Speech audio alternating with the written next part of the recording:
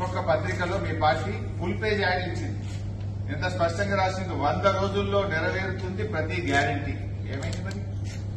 100 రోజుల్లో నెరవేరుతుంది ప్రతి గ్యారంటీ అని అన్ని దినపత్రికలకు కూడా ఫుల్ పేజ్ యాడ్ ఇచ్చింది కాంగ్రెస్ పార్టీ. మేము అడుగుతున్నది అదే. 100 రోజులు కాదు, 120 రోజులు దాటింది. ఎక్కడ పోయింది నీ గ్యారంటీ మిస్టర్ రేవంత్ రెడ్డి అని అడుగుతున్నాం. ప్రజలకు అర్థమైంది, ప్రజలు నిన్ను బండకేసి కొడతారని నీకు తెలిసి ఇప్పుడు దేవుళ్ల మీద ప్రమాణం చేసి మళ్లీ ఒకసారి ప్రజల్ని మోసం చేసే ప్రయత్నం చేస్తా ఉన్నాం. నేను రేవంత్ రెడ్డికి సవాల్ విసురుతా ఉన్నా. ఎల్లుండి ఉదయం 10 గంటలకు నేను అసెంబ్లీ ముందు గన్ పార్క్ దగ్గరికి నేను వస్తాను. అసెంబ్లీ ముందు తెలంగాణ అమరవీరుల స్తూపానికి నేను వస్తాను. మీరు కూడా రండి. మనమిద్దరం అమరవీరుల సాక్షిగా ప్రమాణం చేద్దాం. ఆగస్టు 15వ తేదీలోగా 2 లక్షల రుణమాఫీ మీరు బాండ్ పేపర్ల మీద రాసిచ్చి, సోనియా గాంధీ గారు లేఖ రాసి, రాహుల్ గాంధీ, ప్రియాంక గాంధీ, నువ్వు మీరందరూ ప్రజలకు 100 రోజుల్లో అమలు చేస్తామని చెప్పిన 6 గ్యారంటీలు, 13 హామీలు 15 ఆగస్టులోగా అమలు చేస్తానని నువ్వు ప్రమాణం చేయి. నేను కూడా ప్రమాణం చేస్తా.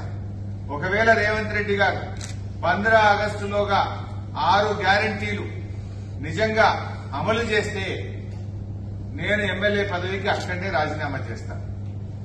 మళ్ళా ఎన్నికల్లో కూడా వచ్చే ఎన్నికల దాకా మళ్లీ పోటీ కూడా చేయ ఉప ఎన్నికలు.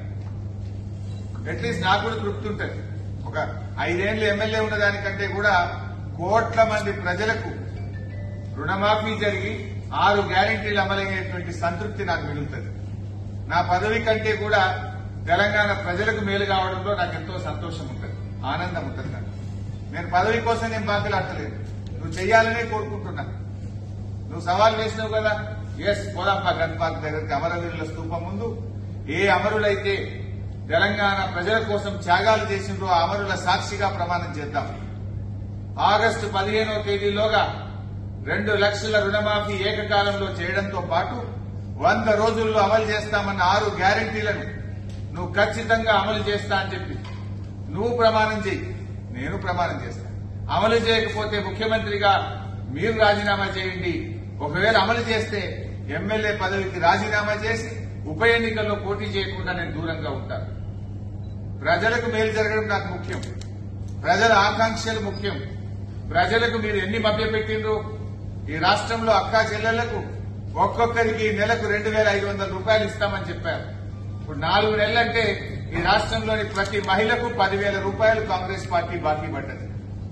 వృద్ధులకు, వితంతువులకు, రాష్ట్రంలో 42 లక్షల మంది ఆసరా పెన్షన్దారులకు నెలకు 2,000 రూపాయలు బదులు 4,000 రూపాయలు ఇస్తామని మీరు హామీ ఇచ్చారు. మధ్యలో జనవరి నెల ఇచ్చే 2,000 కూడా ఎగ్గొట్టింది. ఆ 2,000 కలిపితే ప్రతి పెన్షన్దారుడికి కాంగ్రెస్ పార్టీ ఈ ప్రభుత్వం 10,000 రూపాయలు బాకీ పడ్డది. బాకీ పడ్డ పెన్షన్దారులకు 10,000 ఇవ్వండి. 15 ఆగస్టులోగా 4,000 ఇచ్చే కార్యక్రమం ప్రారంభించండి. మహిళలకు సమస్య లేని ఇల్లు ఉండదు, పరిష్కారం లేని సమస్య ఉండదు. బంధాలు గొప్పవి, బాధలు చిన్నవి. మీ సమస్యని మేము పరిష్కరిస్తాం. రండి, మాట్లాడుకుందాం.